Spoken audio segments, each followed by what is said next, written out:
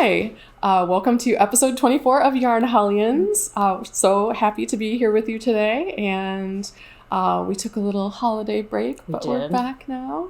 Have our guest host Ripley down here, so hopefully she behaves. If anyone walks by in the hall, she will, pounce. But it's Sunday here, so it's pretty quiet at the Hildebrandt. So we have some projects, some dyeing and design stuff to show you. Books. We got a lot of books. Well, I've been reading Me too. Just a ton. I actually had to weed out a few because we both had to finish up our 100. Yeah. Last year, 2021, we both set a goal of reading 100 books, and I finished. Did you finish? I did. Awesome. I did. So it was fun.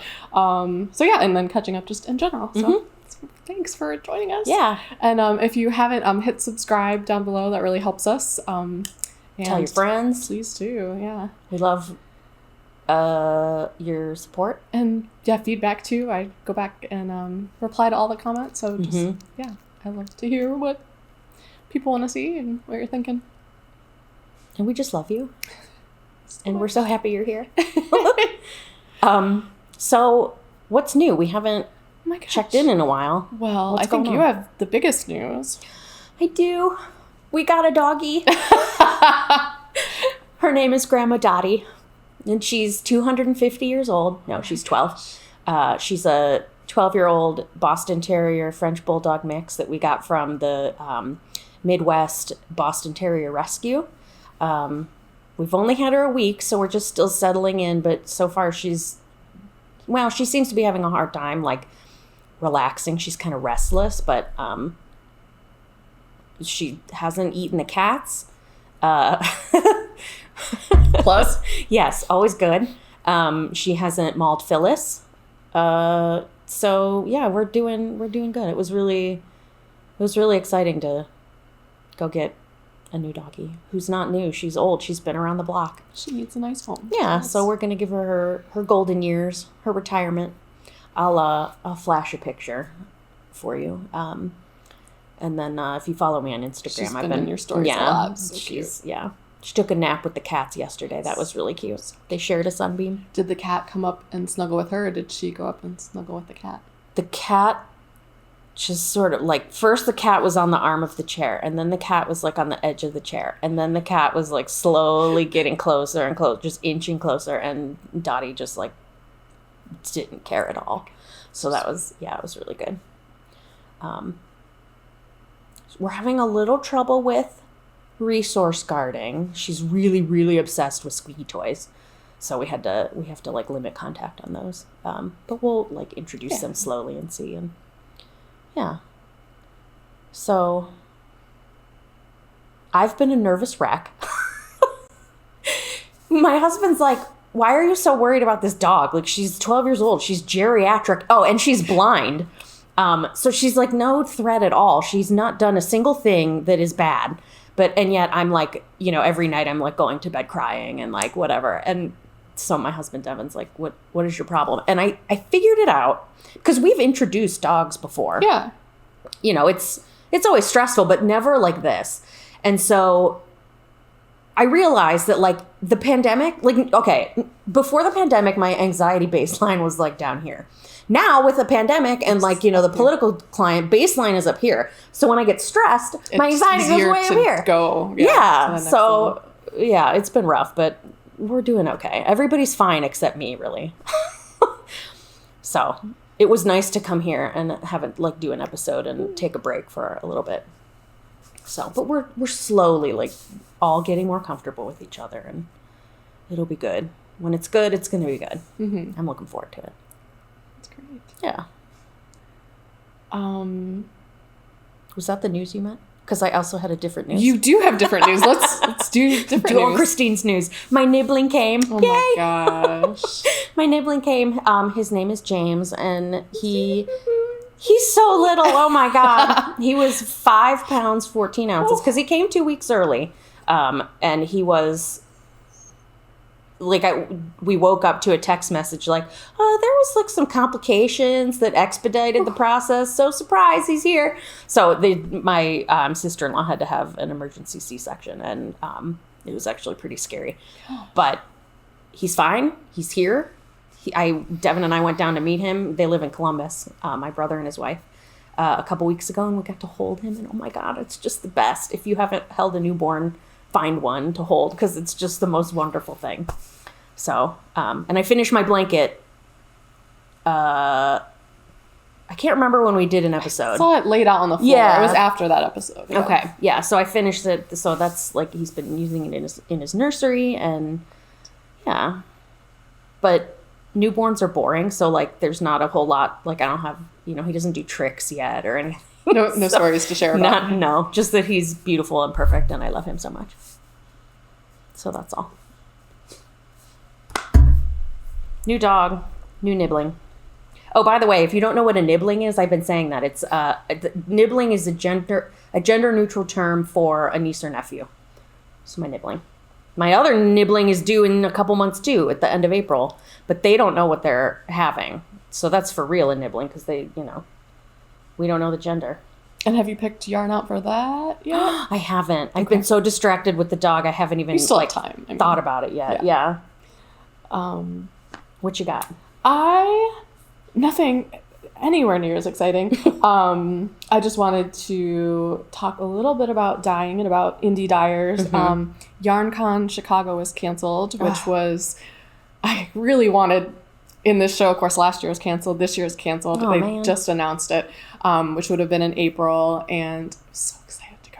That was going to be that's a big one, right? It's like Stitches is kind of in the suburbs of Chicago, so you don't get that like Chicago, like you can't just go out, it's, I don't know what to equate it to, like Beechwood or, it's like not, you can't like go out and get like the Chicago like feel after, so this was like in Chicago and I've wanted to go, and so I just wanted to make a little plug, if you have some projects in your queue, think of indie dyers in the coming months, because it's going to be a rough time if shows are canceled again, at least for the next few months. And sometimes after the holidays, it's a little slow for us anyway. So just, really think about, even just, even go like their comment, share their posts. You don't have to spend money, but just to support any way you can.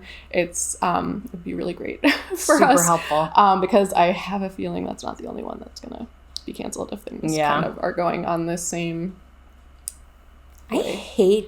I am so sick of this, like COVID. Like obviously everyone is, but like, you really, sucks. Even like, I tend to be cynical sometimes, but you really thought like the middle of last year, like, okay, we're just kind of coming out. Yeah. And then this just, So, I just wanted to say that, I haven't been putting up too much new on the site because I have a big order, which I can't talk about, which is for, a big subscription box, which is coming up. So I can't say anything yet, but I'll be able to say later. So that is taking up all of my dyeing time.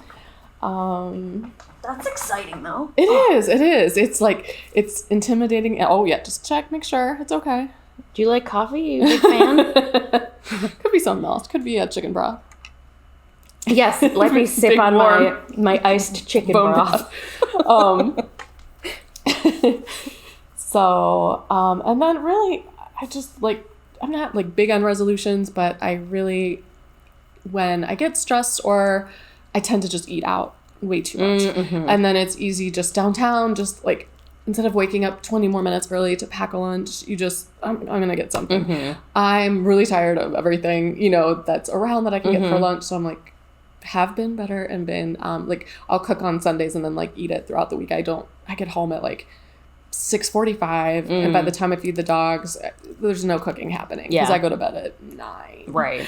So I've been pretty good about Sundays, food prepping and things like that. And I was gonna put a link in. I'll go find it later. I'm making this fennel salad. Did you ever have fennel? I don't think so.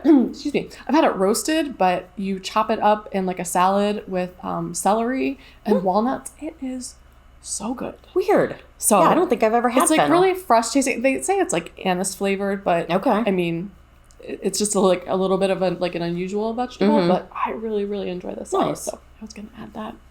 in and share if you guys have lunch. I know I asked this before and people gave me some ideas, but yeah, it's easy to get really It's easy to get in a rut. Yeah. Oh gosh. Devin has like taken over cooking, but he like will make like the same 8 things maybe, and we just kind of like, and like I feel like I can't bitch about it because I'm not doing the cooking. So, but yeah, it is. You get in a rut. It's really, it's time consuming. Like even you know, just I was trying to find new recipes, so then it takes time to find those. It takes time to write out lists, shopping, prepping, cooking, cleaning, packing everything up. Like I've been trying to like freeze some of the soups. And it's and obviously everyone who's ever done it knows it's an unbelievable amount of work. Yeah. So. I do love making like soups and stews. Like I got myself, like I figured out like soup or stew, you can basically just throw anything you want in a pot and it'll probably be okay. Yeah. Yeah. So that's my go-to. And those are easy to freeze too. Yeah. And it makes it's not a lot of effort for like a big, like a lot of servings. Yeah. So that's fennel salad. That's exciting. Yeah. Yeah. Yeah, I'm not big on like resolutions either. I really prefer like self-enrichment goals. I feel the same way. Yeah. So the last couple years I have been doing this planner. It's called the Power Sheets Goal Planner. It's from Cultivate What Matters. So this year I've been doing it with a friend of mine, and it's not like a planner like we think of like with a calendar and you put your appointments in it and your to-do list and whatever. It's like this book, it's more like a workbook to help you figure out A, what matters, like what do you actually care about, and B, how to work more of that into your life. Like what it'll help you like break down the goals that are really truly important and then help you break them down into little steps so that you can like spread them out over the course of the year or the quarter and do a little bit at a time so that it's not overwhelming. And then, you know, if you like follow your plan, by the end of the year, you've like gotten somewhere, you know, and you can see your progress, which is really cool. So some of my goals are for this year, I want to create a pattern and fabric collection. So like, I've been dying to make fabric like to sell on Spoonflower, and I like can't. I can't get my shit together enough to do it. So this workbook helps you figure it out. So let me see. So like I know there's a couple of courses on Skillshare that I want to do that will like help me learn how to use the graphic design software that will help me make my different patterns. Because it has to like repeat like nicely. Yes, exactly. Yeah. And then like you know, like I'll use Pinterest to make a mood board, and you know, with different themes and colors and whatever. This maybe wasn't a good breakdown. One of the other goals I want to do is I want to finish. So at the beginning of the first quarantine in March 2020, I was like, I'm going to make a quarantine Afghan in the 2 weeks that I'm stuck at home. Well, obviously it wasn't just 2 weeks, and obviously I didn't finish a blanket in 2 weeks, but I've still been like slowly working on, it's a hexagon blanket. So I'm crocheting these little hexagons. So I have all like at first I was using up scrap yarn, and then I started buying, as one does. I started buying yarn. Do you want to smell it? Check it. Yeah. Yeah. So they're these little cute 4-inch hexagons that so like I said, I started with scraps, and then I found Knit Picks has these little Brava minis. It's like a little tiny. It's only 25 grams, but I can get like 6 hexagons out of one of these guys. So I have them in a ton of colors. Anyway, how hard is it once you have them to connect them? I don't want to think about that yet because I set a goal of 300 of these, and I'm more than halfway done. But that's going to be a real pain in the ass to connect them all. Will you crochet them or use like a needle? I think I'll probably crochet. I've made hexagon blankets before, baby blankets with this exact pattern. And I just did like slip stitch, I think, where you like pick up one loop of, you like hold them like right sides together, and then like, do like a slip stitch through a piece of each. Okay.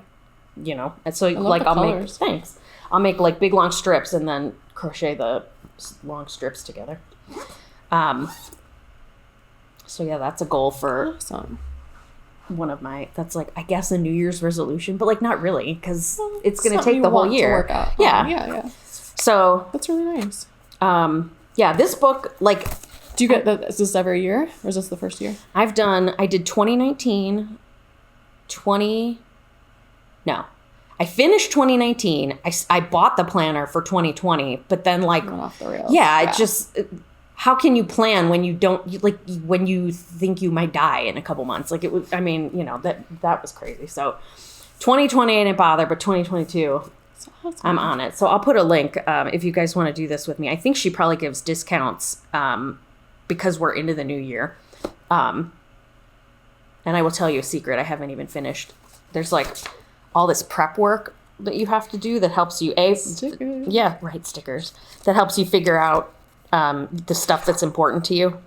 And then you go into January, which I haven't even started yet. So we're at what? January? We're halfway through January. But like, it's fine. So yeah, if you want to do it with me, that'd be cool. So we can support each other. That's it. That's all I got for that. All right. Power Sheets planner. Woo. I love like worksheets and questionnaires and filling out forms. So and fun to like get like organized and have your pens. Yeah. Oh, so good. I saw you have a little planner jam on your Discord. Mm-hmm. Yeah.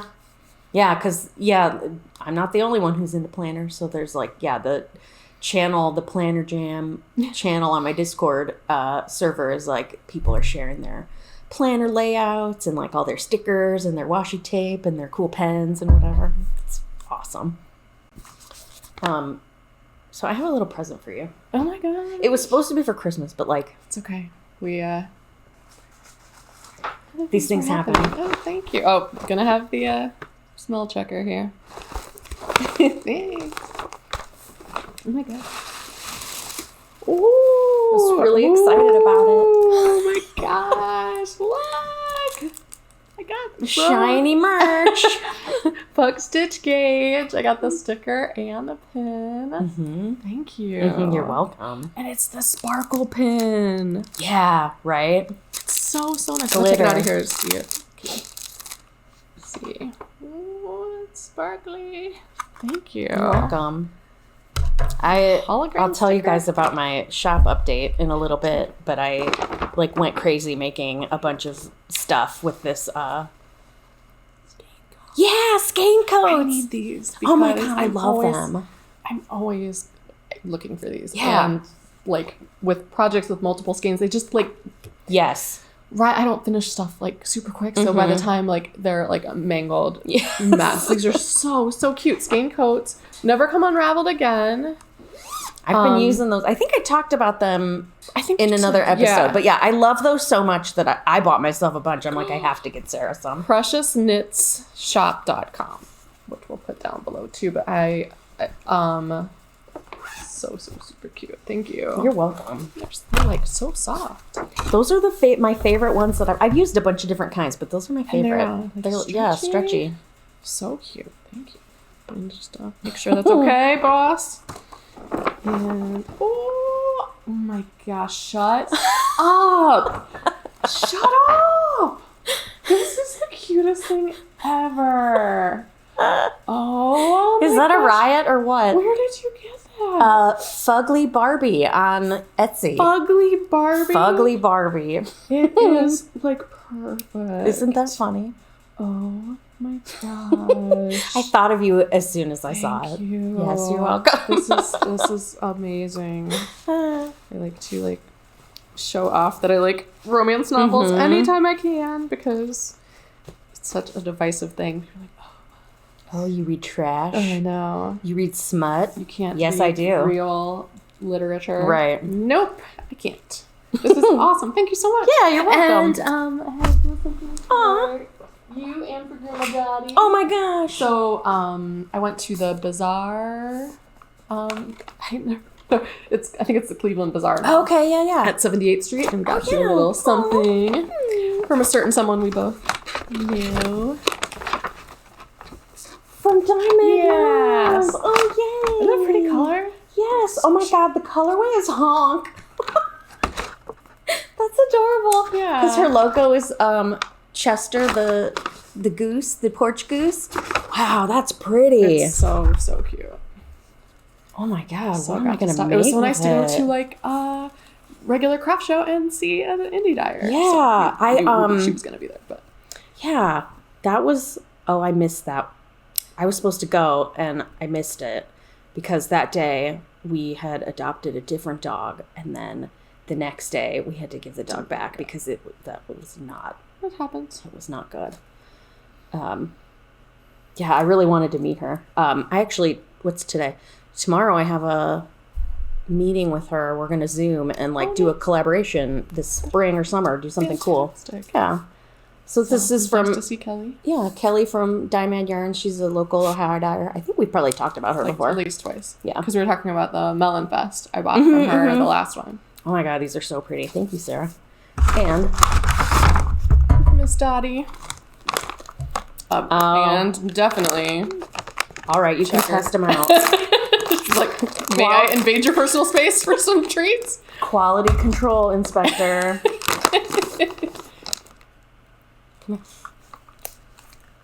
Good girl. This smells good. Okay. Grain-free duck biscuits. Crunchy dog treats. Think about it. Merry Christmas. Yay! Thank you so much.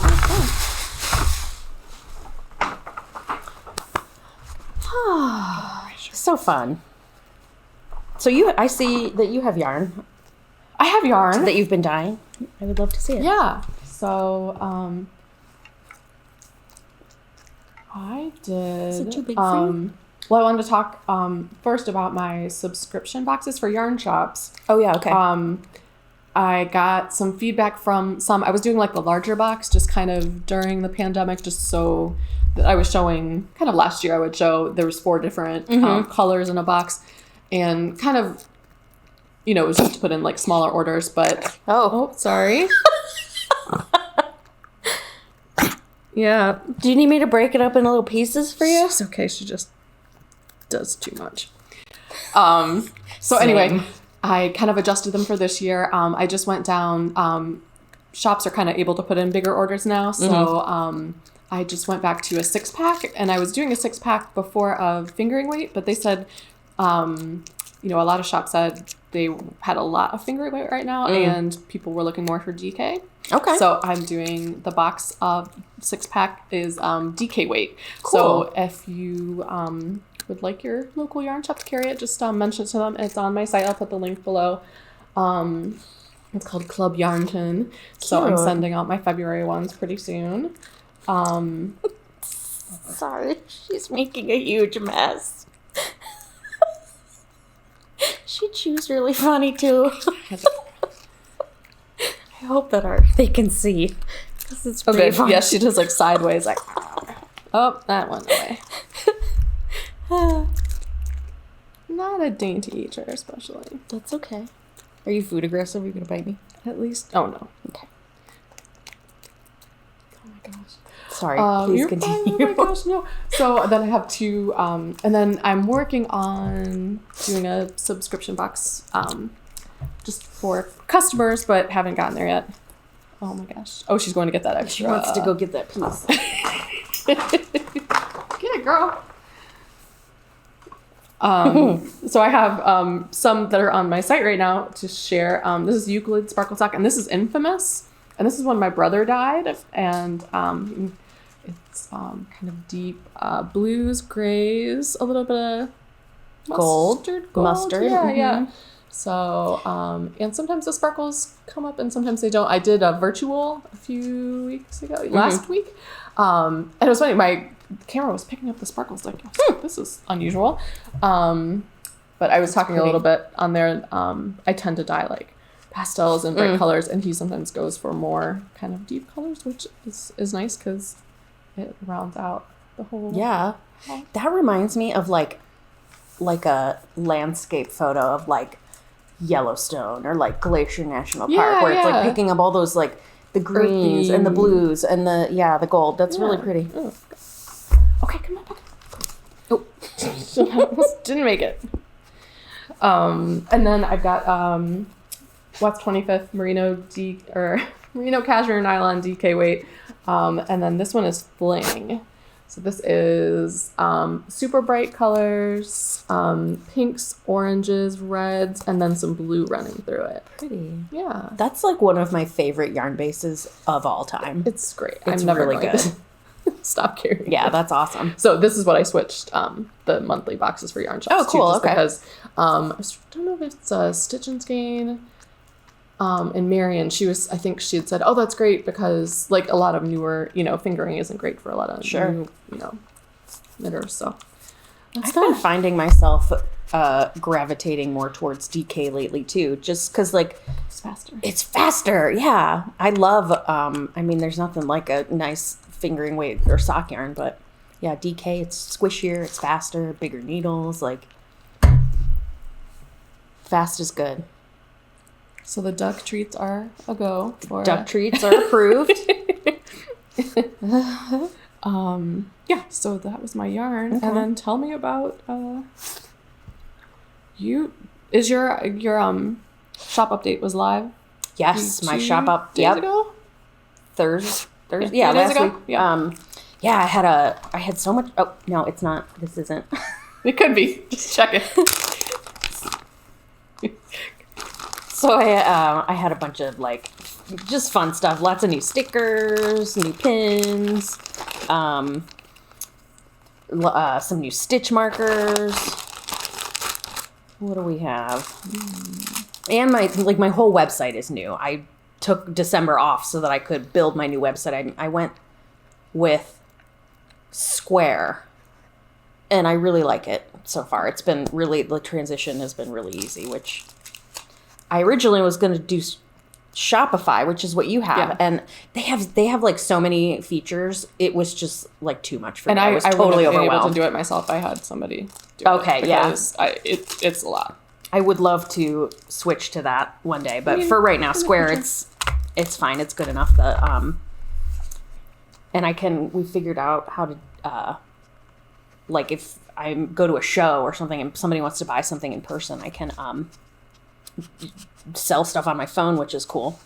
All right, so you saw the Fuck Stitch Gauge hologram pins and stickers. These are really fun. So those are new. And then I don't have a I couldn't bring it with me because I don't actually have any of it, but there's also a t-shirt with this design, a mug, a tote bag. That might be it. But I like, and they're not like the t-shirt's not actually hologram, but I like made it so that it's like a pastel rainbow, and so it like looks like it's hologram, which is kind of cool. I was really proud of that. So there's that. Some other new stickers we have. I just brought, there's more. I have more at home, but I brought the ones that I thought might be relevant, which Book Slut. And then I have, it's just like a hand lettered groovy, it just says knit with some sparkles. And then I have Feminist as Fuck in rainbow. This is on a tote bag, t-shirt, and mug also. Oh, yeah. Love the sparkles. Yeah, that glitter vinyl is pretty great. I know. I wish there was a way to like show it off better because it's really nice. And then stitch markers. Oh, just trying to. Yeah. Apparently, we'll be able to tell later. Oh yeah. Okay. I've been having so much fun with my Glowforge and like buying different kinds of materials and just making little different shapes and to turn into stitch markers. So first I've got it's a set of 4 little, they're just like little discs in 2 different kinds of hologram glitter. So there's those. And then I have little chevrons in, this is a set of 7 pastel, little arrow shapes. And then these are my favorite. They're just little glitter triangles in rainbow colors. So I have a couple sets of those left. Let me see.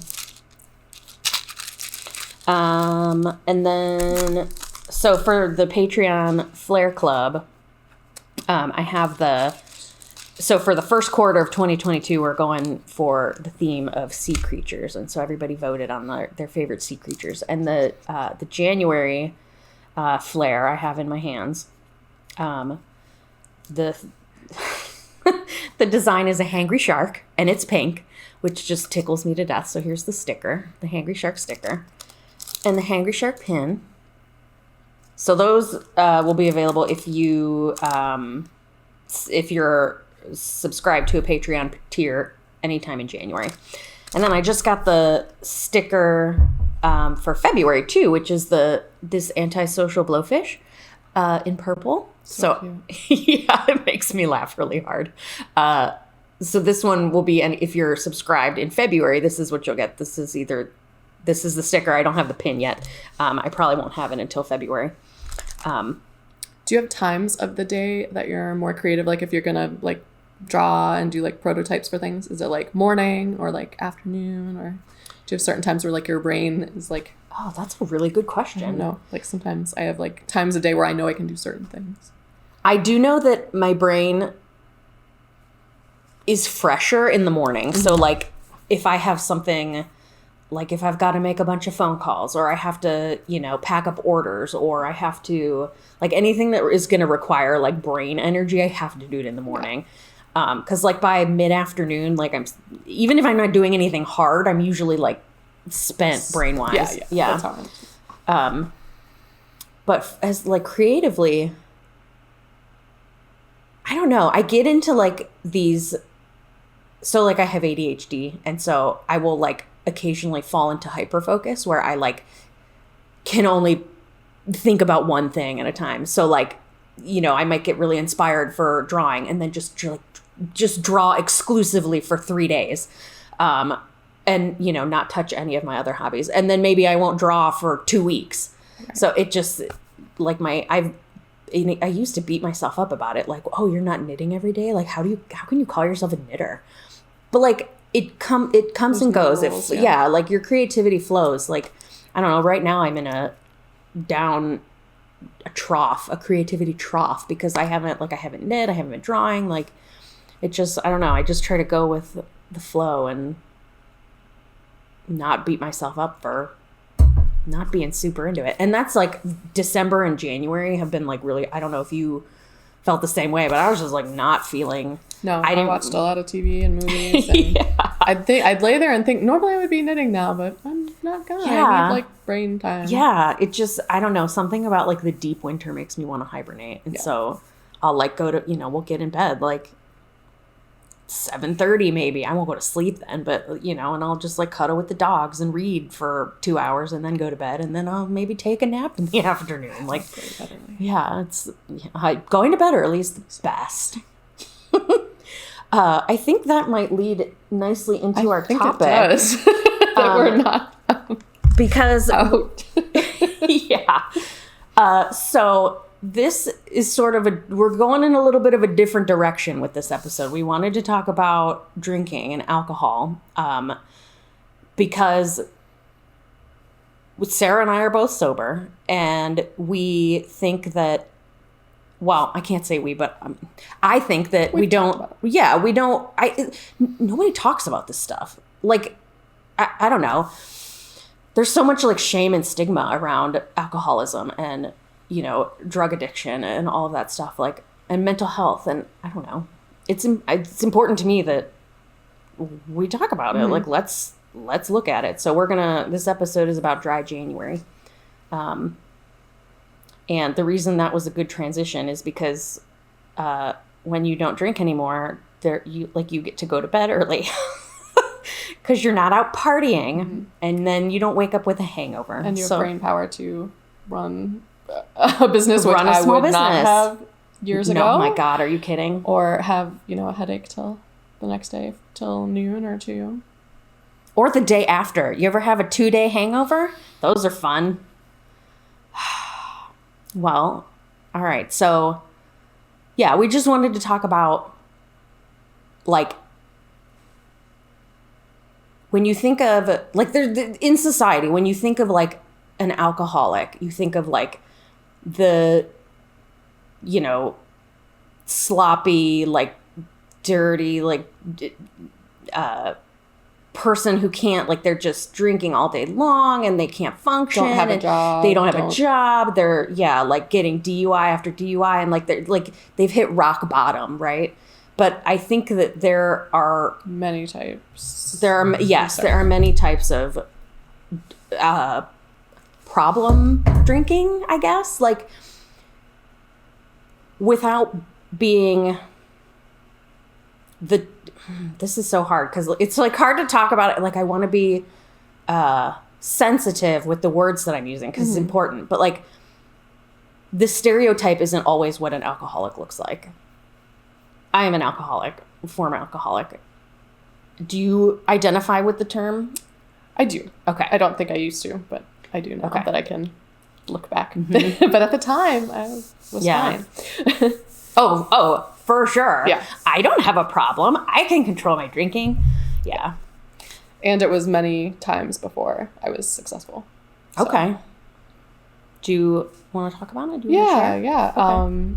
So instead of, like, facing things that were very difficult in my life, I was always a social drinker, and just it went beyond that. I lost both parents to really long illnesses that were very difficult, and used that as to kind of get through it, and didn't face a lot of what was going on because it was so hard at the time. And then for the period after, it was very hard, and like cleaning out the house and dealing with a lot of that stuff. And so I would kind of do those tasks instead of, like, emotional tasks that I should have been doing, and it's really easy to ignore. I know after my mom, I went back to work. I was at Case Western and went back and felt okay and back to work, and it was like 2 or 3 days in, and I went out at lunch. I was just bawling. Aww. And went up to my boss and said, I need, like, a day. I need a few days. She's like, okay, I think you came back kind of quick. And, it just, you can't plan, and it's different for everyone. So now looking back, I know I was pushing down all of those feelings, and it's a great numbing agent. So I was a wine drinker and would get home and, I'd have a glass with dinner, then it was 2 glasses, then it was 3. And, got to the point where if I was going somewhere that, maybe was like an event or something that was longer that maybe wouldn't have alcohol, I'd be like, like, I don't know how I'm gonna get through this. And, like, when that starts, like, taking over, like, there's something wrong. Yeah. Or, like, going to, like, maybe, like, a weekend thing and thinking, like, how much do I have to like, how much wine do I need to bring to get me through this? Yeah. And being an introvert, too, it helps so much with social situations. So that was my other aspect to it. Had unsuccessful attempts, tried, different things that worked for other people, but just did not work for me. And, you can always send either of us messages if you, have questions about, anything. I didn't want to talk, too much about, like, specific stuff with me, but if you ever want to, ask about, what different things I tried and what worked and what didn't. But I think, I don't know what the thing that finally, it's not there, like, there was one big incident or anything. I think I was just tired. Yeah. And stopping every single night on the way home to get wine. It's just emotionally, and it's a financial drain too. Oh yeah. Even drinking, like, a $9 bottle, like, let's multiply that by, and then after that and not drinking, then of course the things you're trying to avoid come up. So I hate that part. That's tough too. So I started therapy and found absolutely wonderful therapist who I just really, I go every, doing it virtually every other week. And just, I'm so happy with like our rapport and how things have been going. And that's probably been only 4 or 5 months. Okay. But I've been sober almost 3 years. Nice. Yeah. Congratulations. So thanks. But yeah, I was like a home drinker. I wasn't like an out. I mean, I would go out and things like that, but that wasn't a lot of people I know say, well, I was out drinking, so it was social, so it wasn't like a problem because everyone was doing it. Yeah. And then, you'll see, Instagram posts and stuff too, like how pervasive like mom wine culture thing, like for so many different cultures, it's like a big important part of, like being in a fraternity or being, there's so many aspects where it's just accepted. It's so normalized. This is what you do and there's no other choice. And if you stop or you don't, you're the weirdo. Yeah. Yeah. So anyway. Oh man. Yeah. They've got a lot in there. And to just quickly, I've gone on and off antidepressants and I do a lot better in my life when I'm on them. And it is a struggle to find the right person to work with you because the first one you try is not going to work in my experience. This is like first psychiatrist, you mean? That and first drug. Oh, yeah. I've definitely tried 3 or 4. Yeah. And like it's trial and error and it's a frustrating experience because you're already going through other stuff. But I do have to say, if it's something you think you've thought about that you may need to help you, I just, on a daily, like almost you're talking about like those levels that you're higher, like during the pandemic, I just feel with the right one that I'm on right now and the right dosage, it just takes that, like when you wake up in the morning, like it just takes all of those things that made it difficult. Yeah. Like to a manageable level. Yeah. Yeah. Yeah. So. Good. Do you mind if I ask what kind you're on? Wellbutrin. Okay. Oh, that's a good one. Yeah.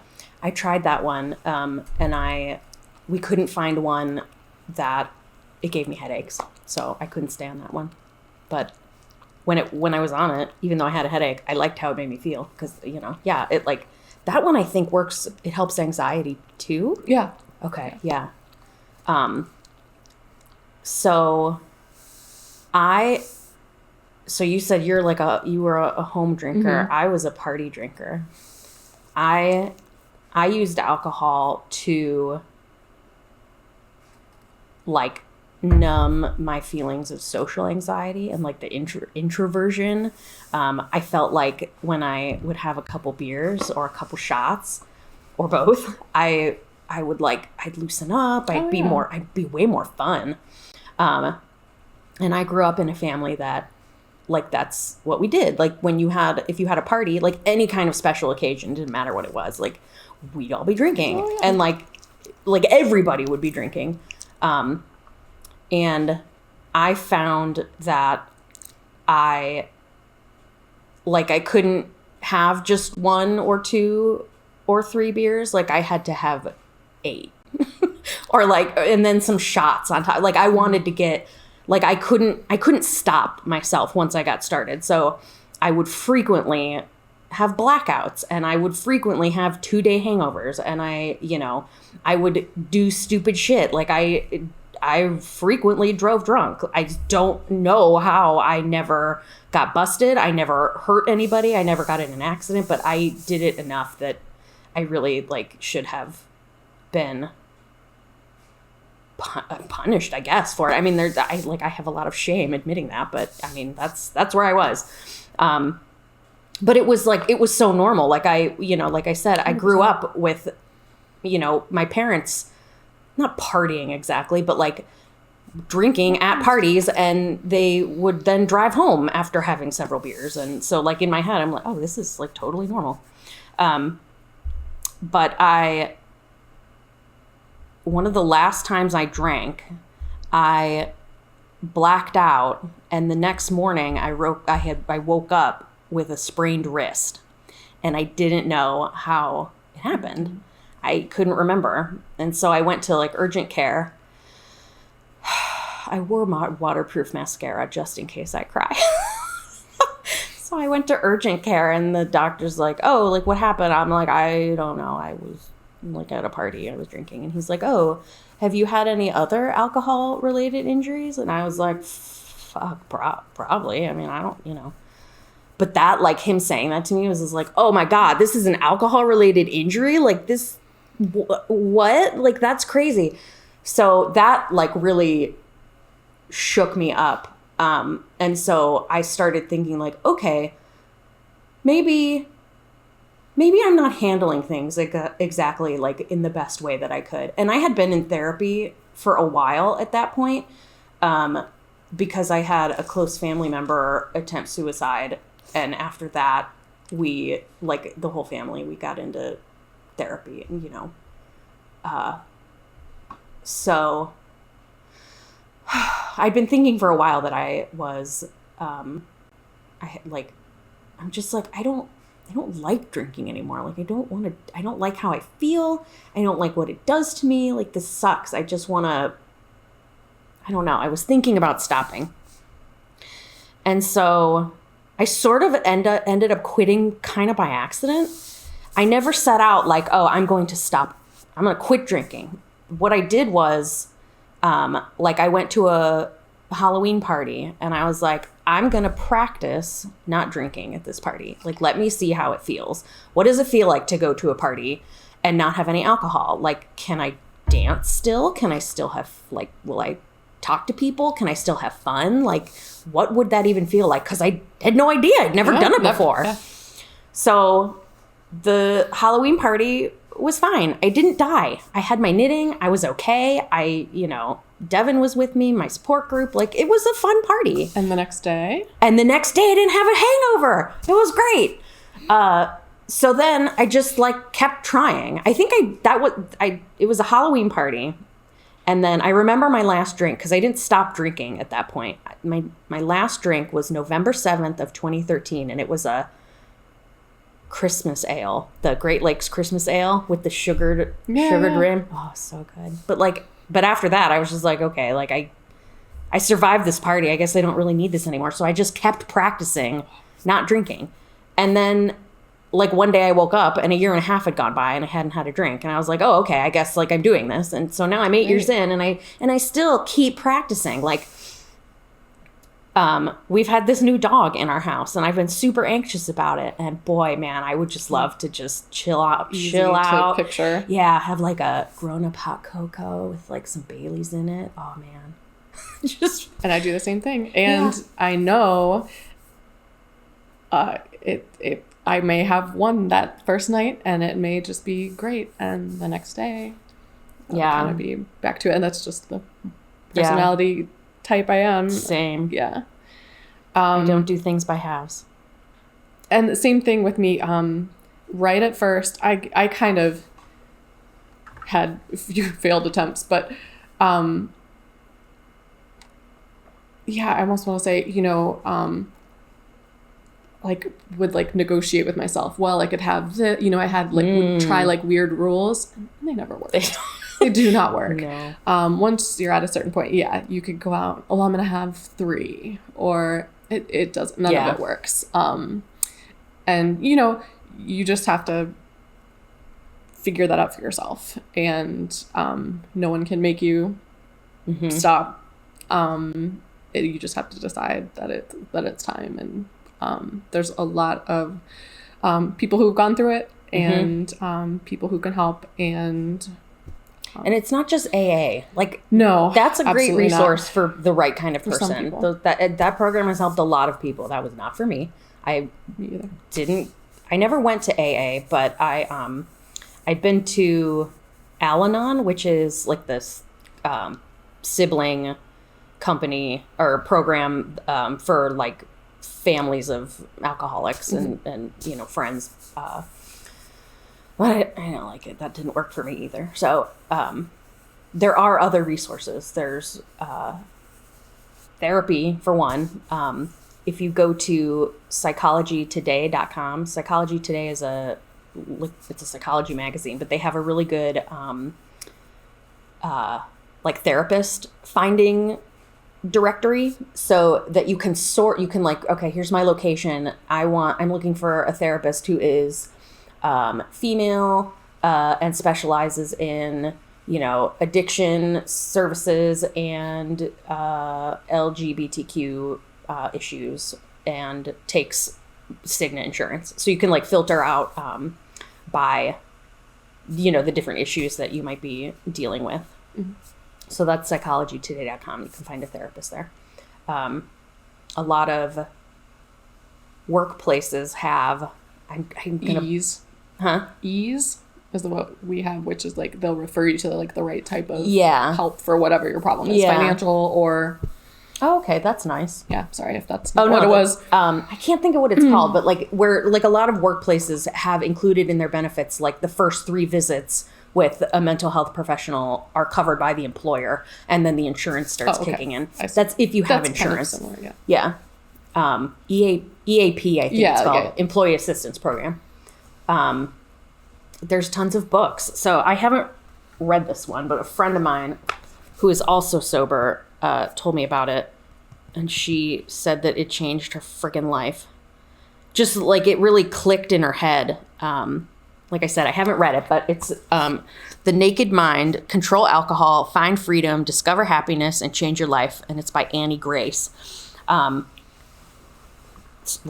haven't read it, but it sounds pretty good. So that might be a good one to check out. And then I follow a ton of like sobriety accounts on Instagram. Yeah, I just saw you list them. Yeah, just like to have like a little, like a meme or something come up and you're like, oh, I identify with that. Like that's, just a nice boost when you're like scrolling or whatever. Or it seems like everyone else is drinking. Like after like New Year's, it's nice to be like, oh, I wasn't the only one that wasn't drinking. And then I wanted to say to you, right at the beginning, and I did a little differently than you, where I did not go out because I felt like I would be tempted too soon. Same. So, even though home was where I was drinking, but I did avoid social situations for a while because I felt like I would not do well with the pressure.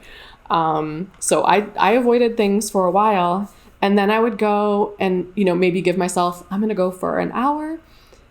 Usually someplace, not a bar. I wouldn't go to a bar. Like if it was a place that had alcohol, like a bar that had food, I wouldn't go. So I'd go to like restaurants, but not, it was easier to avoid alcohol at like a regular restaurant.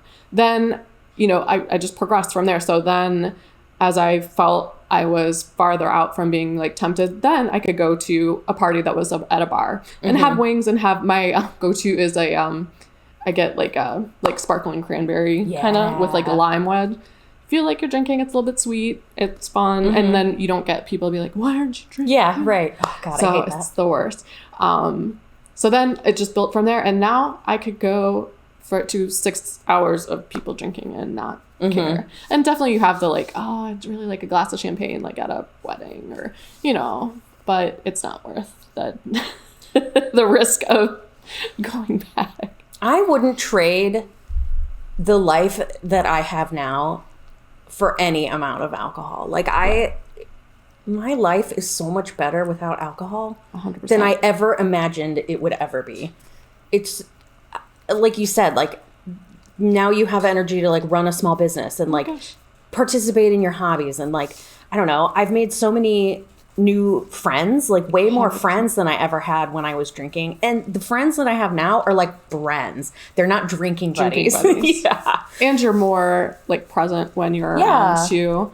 And I will say too, like I'm not like a joke teller, like like I'm the quiet person if I'm in a group, but you think you're hilarious when you're drinking. Like, and if you're out after you stop drinking with a bunch of people who are like a few hours into drinking, it's unreal. It's not that fun.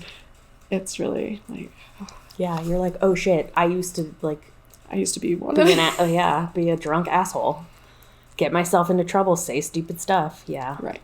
So, and it's tough too. I mean, it's nice for this because we can just kind of say things, and people can take or leave what they want. But yeah, it is very difficult. If anyone like talked to me at the stage I was in, I would have been very, not very accepting of advice and very knowledgeable about where I was and where I needed to be. Yep. And so it's difficult to talk to people about it. So yeah, denial is real and it's powerful. That's why I think like the term sober curious is kind of cool, because like just try it out, see how it works for 4 weeks. Yeah, that's why dry January is great. There you go. Yeah, it's not like, you've got a problem, you need to just stop 100%. Like intervention or whatever. Yeah, do 4 or 6 weeks and see how you feel, because you're gonna feel better. Yes, you will. And you may be a person who can do the 4 to 6 weeks and then have a glass of wine on the weekend and be a very, maybe be a casual drinker and be aware of how much you're consuming, but that wasn't how I could function. Same, yep. And we're not the only ones. I didn't cry at all. I guess the day is young. I still could. I don't think I could have talked about it years ago, and I wouldn't have been quite as... Yeah. I don't know. I wouldn't have understood quite as much about what I was dealing with as I do now, looking back. Mm-hmm. So anyway. It's hard. Well, like I said at the beginning, like there's so much stigma around it. Like people don't talk about this stuff because, like she's sober? Like is she an alcoholic? Well, yes. Yes, I am. But yeah, I don't know. I feel like once you own, I felt it very empowering to like accept or embrace the word alcoholic. Because it like when you, I don't know, I feel like when you embrace that shame, like it sort of dissipates. Like it just disappears. I don't know. It's still there, but it's not as powerful for me anyway. Oh, you got something to say about this? What do you think? You want a drink? Bone broth? Duck treat. What? Treat? Oh, just checking. I know. So anyway, we're going to put we'll put your Instagram resources if you just want like some little like funny things to look at if you're thinking about it. But yeah, there's that book. I'll put those links that I mentioned in the show notes. And then, also. Yeah, and definitely feel free to put like a comment below if you're trying dry January or you've tried something like that before, or any questions you have, and you can always message us as well. Yeah, for sure. Yeah, totally. If you want to DM I don't know if I can speak for both of us, but for me, if you want to DM me, like I am an open book. I can talk about this stuff. No problem. Cool. Well, thanks for getting vulnerable with us. And thank you for sharing your story. Oh, yeah, you too. Thank you. I know we talked about it as a possible topic like a year ago, and just weren't quite ready, but I think. Yeah, no, this was good. Yeah. It's cathartic. Like I said, the more I feel like the more you talk about stuff, the less power it has. Alrighty. We have so many books. I can't talk about all the ones that I... No, I can't. I absolutely... This is less than half of what I read over this break. Do you want to do books, or do you want to... Can I show off my hat and cowl really quick? Oh my gosh, I'm sorry. No, I was already excited about this. I forgot we had knitting, which totally fine. Really... I barely have knit anything at all because I was doing that baby blanket, and then I was just like, I'm distracted with the dog, and like, I don't know. So I have like 15 works in progress, and I'll knit like a half a row on one every couple days. But anyway, so this is an old project that I did, and it's called the Gina's Brioche Cowl by Pearl Soho, and it's just brioche. I knit it in Malabrigo worsted, and I stuck is this an I-cord border? No, this is just like a rolled. Stockinette border. Yeah, this yarn is so soft. So I've been like wearing this cowl. I like to wear it to the park, like when I'm going for walks or whatever. Oh, you smell my hat? But I didn't have I didn't have a matching hat. I'm like, I have to make a matching hat. So the cowl is old. I made this years ago, but then I recently made the hat, a matching hat. This is the Conversationalist hat by Plucky Knitter, knit in the same yarn, and then I put a fuzzy pom-pom on top. I love this hat. I've made this hat a bunch of times. You guys know I like to reuse my my favorite knitting patterns. I'll make a bunch. So it's like perfect. Slouchy, and it's just super easy. I love the color changes. They have if you make you can use 3 different colors. So like there's the base, the body, and then the crown. And then if you make a yarn pom-pom, you can do a 3rd color for the pom. Did you find like the extra in your stash? Is that what made you want to do that? I had extra of this yarn. Nice. In fact, in a couple episodes ago, I shared some leg warmers that I made out of the same orange yarn. So now I have like a whole ensemble. So that's pretty much all the knitting that I've at least finished lately.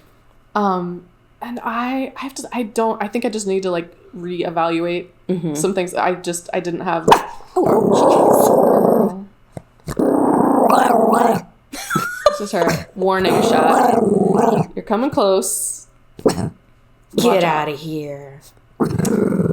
Oh, not you. Okay. I'm scared of you, kind of. Oh, gosh. Really bossy. Her little hackles are up. I know. She's so cute. So I think I don't know if I messaged you or not, but my shawlography, I'm just not going to finish it. I did not get much farther than when I showed it last time. I don't know. I don't think I'm going to wear it much. I don't think you're the only one who abandoned it. I should, for as slow of a knitter as I am, I should have known to just wait and look at it later. And I just think it just looks more like a stapler to me. And I loved learning like the different parts, but and I think I picked poor color choices. I want it to be really bright, and for like the size it's going to be, and for all the different stitches, it's just, I think I might make it into a pillow or something. I don't know. Oh, there you go. I'm starting, and I'm on these rows now. I don't know if it's like 180. I don't know what to say. Like with everything else, I would get done maybe in like July, and I stopped enjoying it. So hey, you're allowed. Yeah. So and then So, and I have other projects that I really like that I just have to pick back up. So life is too short to knit projects that you're bored with. Was like, I don't know. Same with books. And I have, you can even see, I have like 3 other of his shawls out right now that I love, and I wear absolutely all the time. So it just, he makes 500 different designs. So there's going to be a few that I just don't. Yeah. Yeah. I was going to say, You've heard that from other people. Oh, yeah. Like a lot of people were like, this is a lot of stitch. Yeah, it's just like a lot. And like I don't know, you go in like knowing that Stephen West patterns are going to be like kind of bonkers. But yeah, if you don't like it, you don't like it, you know. I was going to say, though, I think he put out 40 patterns last year. I think I heard he put out 40 patterns in 2021. That is insane. But see, like me, I can do like maybe 1 or 2 a year, but I also don't have a team of... I was just going to say, how many people are on his Right, team? yeah. And I want to be like, how many of these things are you really designing? Are you really... Or like, he sketches it out and passes it off. Yeah. Right. And they're coming up with the actual pattern. And then he's got to have sample knitters who are actually knitting the pattern. Oh, like, 100%. There's no way. So, fuck Stephen West. No.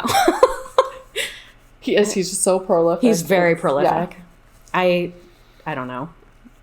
That I like have dreams of being a prolific knitwear designer, but like I'm slow and I don't have a team, and it's fine. I really love my job and my business, so I'm happy. Okay, now I'm ready for books. Oh, books. Let's alternate because we have a lot. Yeah. Okay, so I just can't. I like want you to read every single one of these that I read. Yeah. Like I'm going to try and sell you on every single I have read your first one. Oh, good. Yeah. Okay. Because did you talk about it on here? I don't think so. I don't think I've talked about it. No. Oh, God. So yes, tell me. I'm so glad you read it because I'm going to be like, this is the best premise for a romance book. So good. I think ever. So Kiss Quotient by Helen Hoang. I can't say enough about it.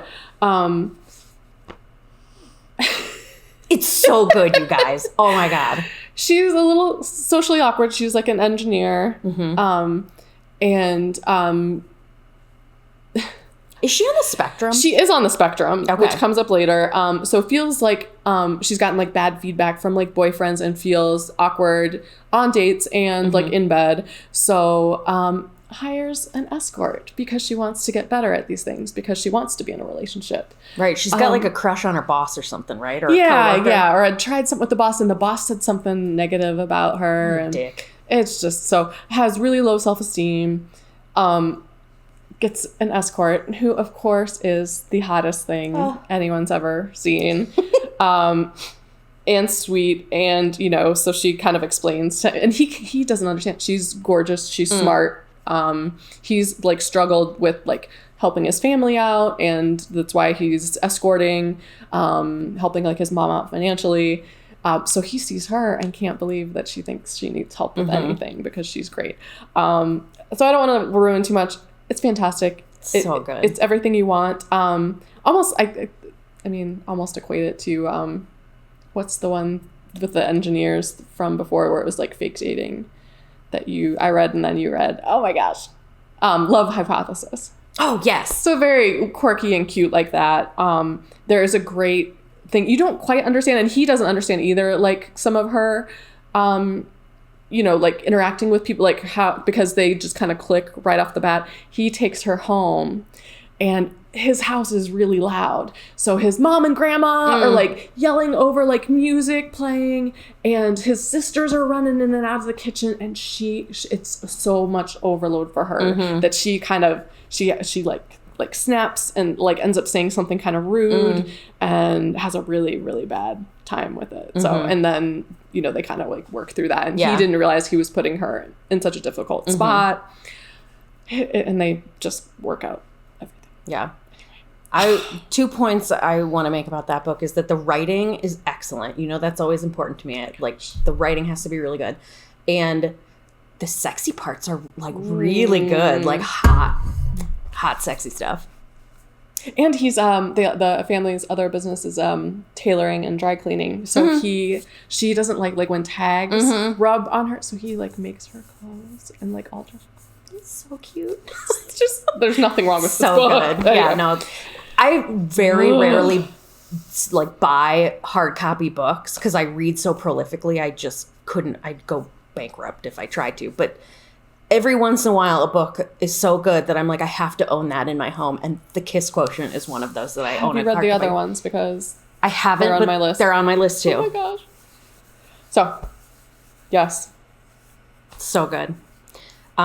So this year, I'm doing a 100-book challenge again, just for my own funsies. But I'm also going to try to do a couple of like themed challenges. So the first one is the Book Riot Read Harder Challenge, and that one is the Book Riot is a like a book blog that I really love.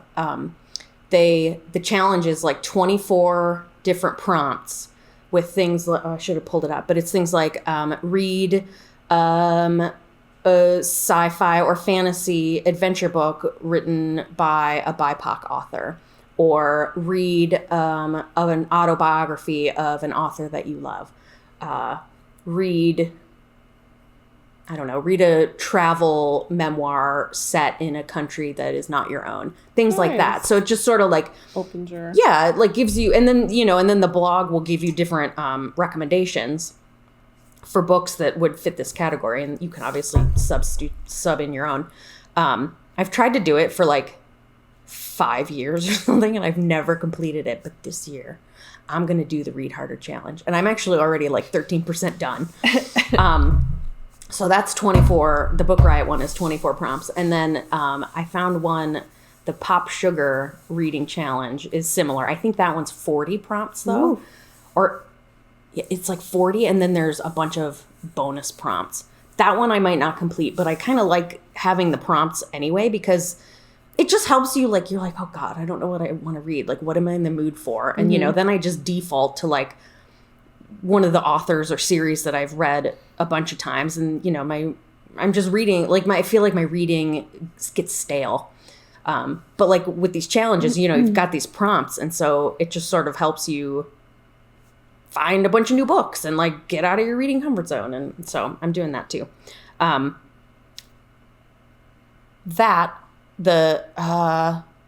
Is it the Bride Test? That's is the other one, yeah. Yeah, the Bride Test is the second in that series.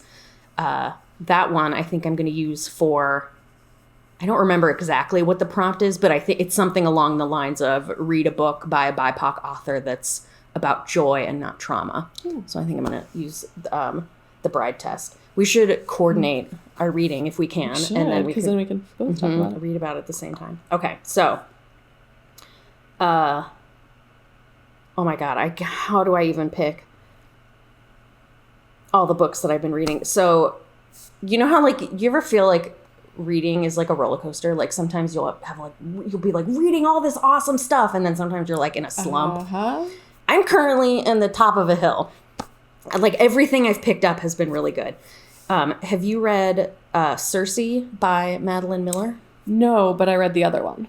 Okay. Oops, I'll get the picture. Oh my gosh. The other one is the... Yep. So here's Circe. Yeah. Why can't I think of what it is right now? I'm sorry. Hold on. It's about Achilles, right? Yep. Well, anyway, this book is about like one of the lesser goddesses, Greek goddesses. The Song of Achilles is the other one. Okay. This book was so good. Just like, I picked it up and I'm like, I don't know. I'm not that super into like mythology or like, I mean, I like it, but sorry. I don't usually read like fantasy, but I picked this up and I blew through it in like 3 days because it was so fucking good. Yeah, it was just really good plot, really great characters. The writing was gorgeous. The like descriptions of scenery were gorgeous. It had some magic in it. It was feminist. Like, this book is awesome. So read that. And then the Song of Achilles, I guess I have to read now too. It's fantastic. Just an epic like love story. Oh. I love love stories. Real quick, I'm going to do another one because it's like, I feel like some of these books I've been reading are so prolific that I don't have to like say much about them. So I also read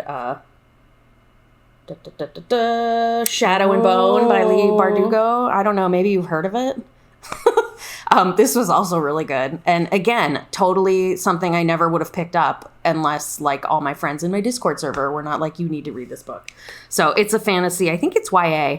And there's magic, and it's set in sort of like a like Eastern European Russian kind of, it's not Russia, but it sounds it like feel, you know, it's really cold there, and they like wear furs, and there's like a made-up language that the author invented for this book, and it looks and sounds a lot like Russian. The names sound Russian. So yeah, if that sounds like your jam, check this out. Have you watched the show? I have not. I knew you were going to ask me. Oh my gosh. Is the show good? It's so good. And it's funny. It's one of those where I read Six of Crows. Did I read Six of I read most of Six of Crows. I hate to say. And then I read another one of her other ones. And then it's a blend of Shadow and Bone and Six of Crows. It's one of those, the casting is so good. They're like the most attractive, most attractive people you've ever seen. And it's really well done. So give it a try. Okay. What else you got? I have one I picked. Well, it was on TikTok, but I picked it for the cover. That is a beautiful cover. Better. I know it's trying to get the light on there. Oh my goodness. The Rakess, which title as well. Yeah. I mean, and I'm going to say, all of the hype is warranted. It is. I did this on audio, and I'm going to say the narrator is Sienna Francis. I looked up every single thing she has narrated because I'm going to listen to all of them because it was this good. The hero he's a Scottish architect. Her flipping back and forth between their voices was amazing. And it's so hard in romance. Like, you'll either get the like woman doing the like gruff or like for the guy, or you'll get like, sometimes you'll get a guy trying to do like the high woman's voice. It does not work a lot of times. And I have started many romance book and just stopped because I knew, and I'll go read it later, but sublime. Great story. She is kind of notorious. She has a little like group of friends that are just like almost like outcast rebel women who have like spoken up about like injustice. She's a writer. one of her friends was imprisoned in a mental hospital because the husband didn't like what she was doing. So she has this little core group of friends, and she kind of retreats to like write for a little while and meets this Scottish architect. She's very open about that she lives her life the way she wants, and sees lots of men. And this is, talks about like inequalities in society and men can do this, but women can't. Yeah. And comes back to this smaller town. I forget which town. And she's kind of notorious in town because of the way she lives, and people are kind of harassing her, leaving stuff like at her house. She meets him by chance, and they're kind of drawn to each other, and he doesn't realize like the level of like how much she's getting harassed. And she has things in her past that are going on, and is abusing alcohol. Oh, interesting. Which is interesting. So a little bit dark. There's, some dark, she goes through some hard times. Okay. But he has children in it. His wife has died, so he's been through a lot. So they both kind of are trying to overcome, what's happened in their lives and find each other. And Aww. I loved it. So, Was it a historical? Yeah. Okay. Yeah. I sort of got that, but I wasn't sure. But yes, historical. Well, because you said architect, and I'm like I have a very specific image in my head of what an architect yeah, looks like at the time. Yeah. So she, her vision was to raise enough money to have a school. She wanted him to consult on to train women in trades that they normally wouldn't have been trained in. So she asked where could a young woman apprentice to be an architect, like things like that, like train them in different things that they normally wouldn't be able to. That sounds really fun. So it was so good. I feel like I just want to talk about romance because I read a couple good romances That's all I've got recently. I recently finished. Go ahead, I'll tell you in a second. Teach Me by Olivia Dade. So one of the Book Riot read harder prompts is read a romance where at least one of the protagonists is over 40. Well, this one, they're both over 40. They are both they're both divorced. They're both high school teachers they're history teachers. And so that's how they meet. Let me look at my notes. It was so I love the covers. Yeah, super cute. Like illustrated covers when they're done well. It's so great. The heroine is like a cold ice queen, like, because she's gotten burned in the past. So she's like, I'm not letting anybody into my life. I'm never going to be vulnerable. And then he's this like soft and fluffy. I believe the trope is cinnamon roll, like cinnamon roll hero. And there's so much. I love this book because there's so much emphasis put on consent and respecting each other's boundaries. So it played like a really big part of the plot. Like he's constantly like checking for permission, like before he touches her, or like he engages in active listening skills, which that doesn't happen very often with romance heroes. But like, it's like really important trust building between these two characters. So, I mean, obviously they live happily ever after and get together and whatever. And it's great and it's cute. But it was just like a nice, slow paced, like not, there's like no explosions, nobody dies. Like, it's just, I don't know. It was really very much emotionally driven and character driven. And it was really cute and I loved it. And you should read it. Is that? So I get to sneak in another one that I didn't have time for today, but spoiler alert. By Olivia Dade, which he's on a Game of Thrones like TV show. Oh my God. And she is like a cosplayer. They both write fan fiction about the show because very Game of Thrones, like the show kind of went off the rails and the writers did a poor job with the characters. So he secretly writes it because he's not allowed to like, say anything bad about the show. So he writes fanfic like the way he would want his character to be portrayed. Aww. And they meet and oh my God, it's lovely, so cute. So was that one you were going to talk about? No, today? Okay, because I just had so many good books. Okay, your turn again. Okay, I snuck in an extra one. So did I. It's fine. Oh my gosh, nothing is working.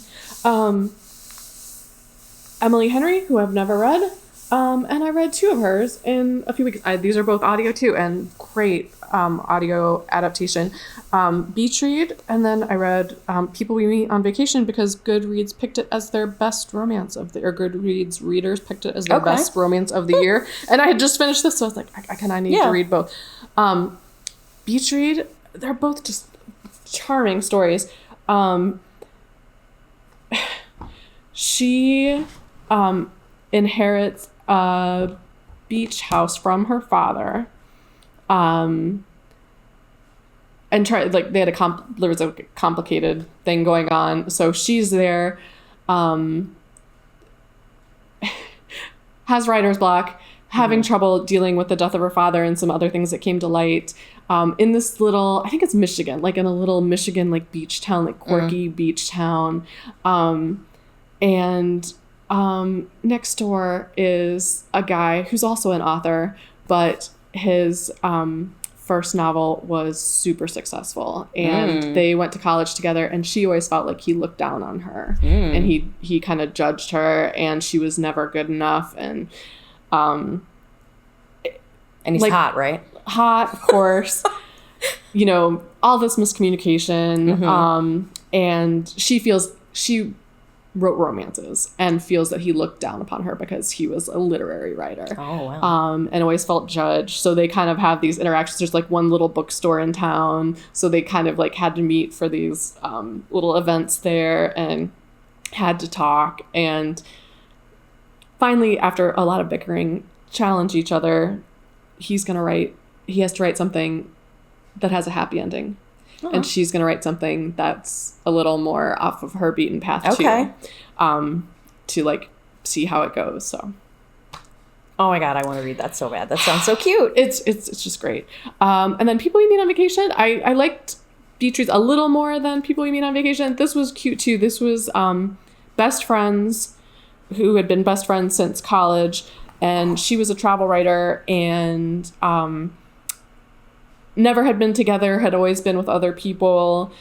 And then it flips back and forth from present day, their relationship, to when they met in college all the way up to present day. So it'll be like 15 years ago, 12 years ago, 5 years ago. So you kind of see like how their relationship progresses. Oh, cool. And it's good too. I love dual timeline books, although I usually prefer them where it's like, you know, the heroine inherits a house and finds a trunk in the attic with all of her grandmother's letters, and then, you know, you flash back to the grandma's like secret, you know, scandalous past or whatever. And I love those kind of books. Oh my gosh. Kate, damn it, I can't think of the author's name, but she writes the one, it's like the, nope, sorry, my brain. If I think of it, I'll bring it up for another episode. Did you just go, because of this cover? I did it. Okay. Yeah. Well, you should, because it's really beautiful. So this is The Duke Who Didn't by Courtney Milan. I'm not finished with this. I just started it yesterday, the day before maybe, but I'm like almost done because this is one of those books where I'm like carrying around my Kindle and like reading instead of like flipping through my phone, you know? Well, anyway, The Duke Who Didn't, it's set in the 1890s in England. And both characters are of Chinese heritage. The heroine, so it's like set in a small town around this like annual festival called the Trials. And it's just like there's like different teams of townspeople, and they hide these tokens, and whatever team finds the most tokens, like wins the glory for the next year and gets to display their sign or like whatever. And there's like rivalry between the teams, and everybody's like trying to sabotage each other. So there's this. So this story is set during the Trials, and it's a friends to lovers trope.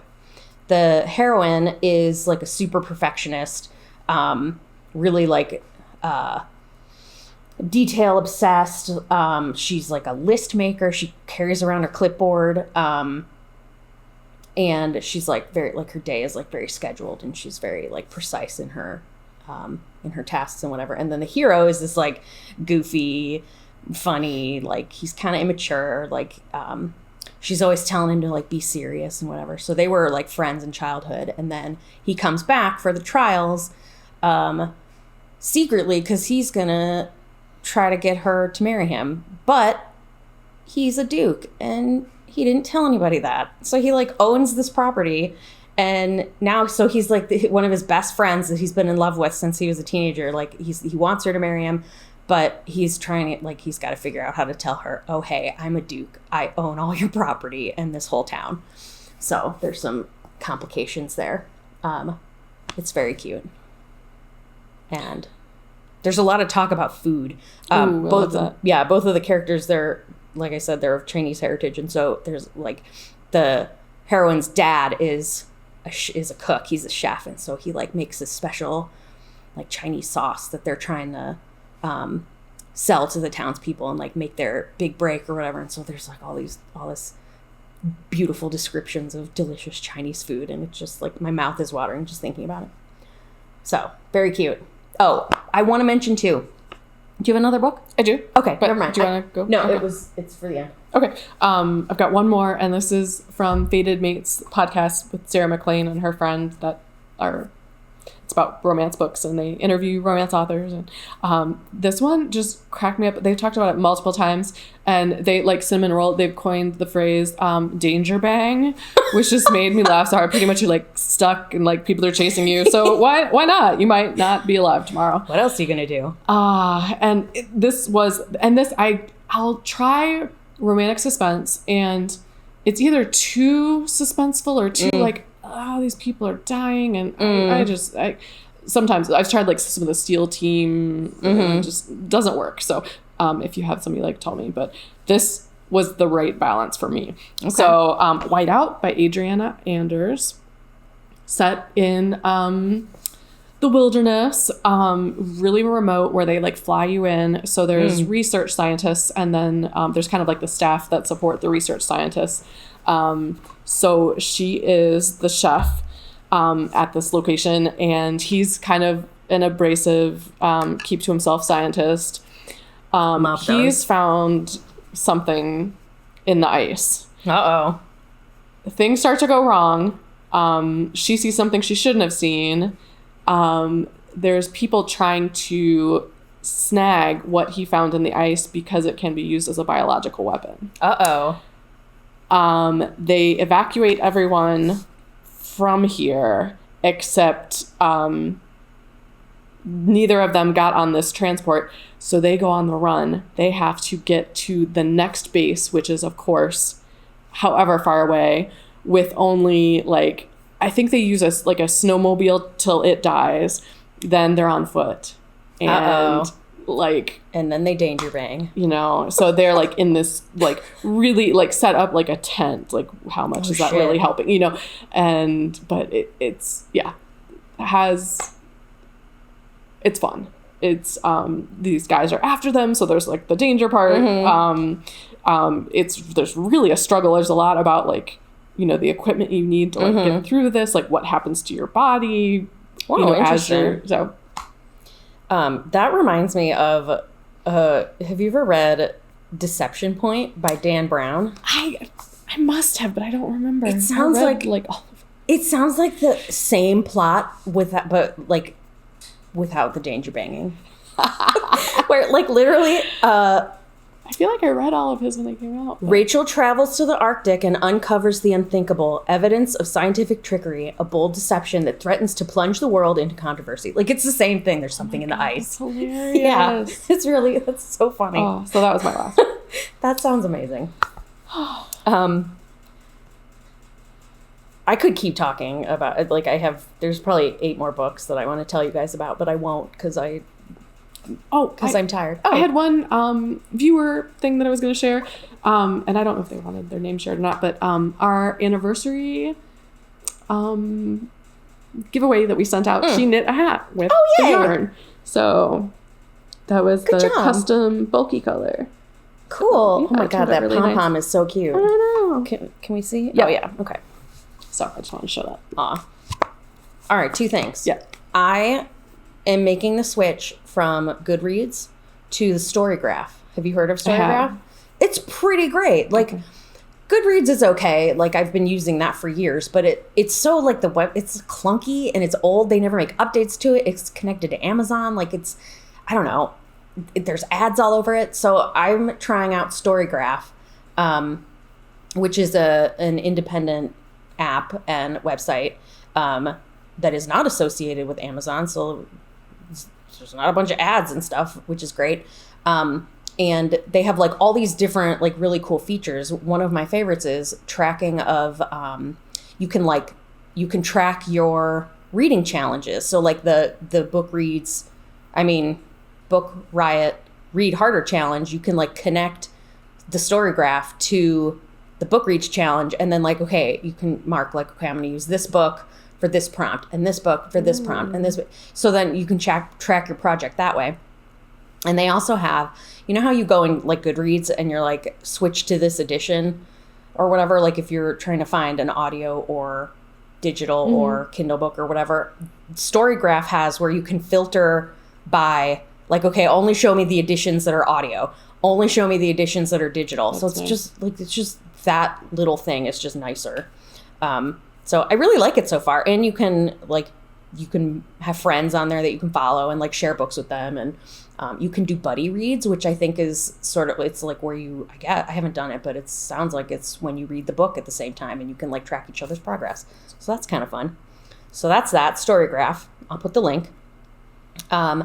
And the other thing I wanted to say was somebody asked me if we could start listing all the books that we read, like in the show notes. Friends, I've been doing that. I've been doing that this whole time. Yeah, no, I was. So yeah, every book that we talk about, I've got the title and the author in the show notes. If you don't know where the show notes are, if you're watching on YouTube, you probably have to like click to like a little arrow. Yeah, to like expand them, but they are there. So it's like above it's underneath the video, but above the comments. So if you click on that, like you'll be able to see all the links of the stuff we've been talking about. And then there's a list of all the books. I don't put links for the books because I don't know where you want to buy your books or all right. Amazon anyway. Yeah, fuck Amazon. So it's just, but yeah, they're there. So yeah, just expand the show notes and they're there. I got you guys. Was that a long one? I don't know. I think so. Yeah, that's good. Well, because our last couple I think were short. Yeah. Yeah. And we skipped a couple. Mm-hmm. Because sometimes you just need a break. Yep. Somebody needs a break. I don't know if you can see her, but she's sleeping and it's really cute. Really tired. It was a tough morning. Yeah. Well, thanks, you guys. Yeah, thanks for hanging out. Remember to subscribe. You can find us on Instagram. And we're on TikTok too. That's it. Bye. Bye.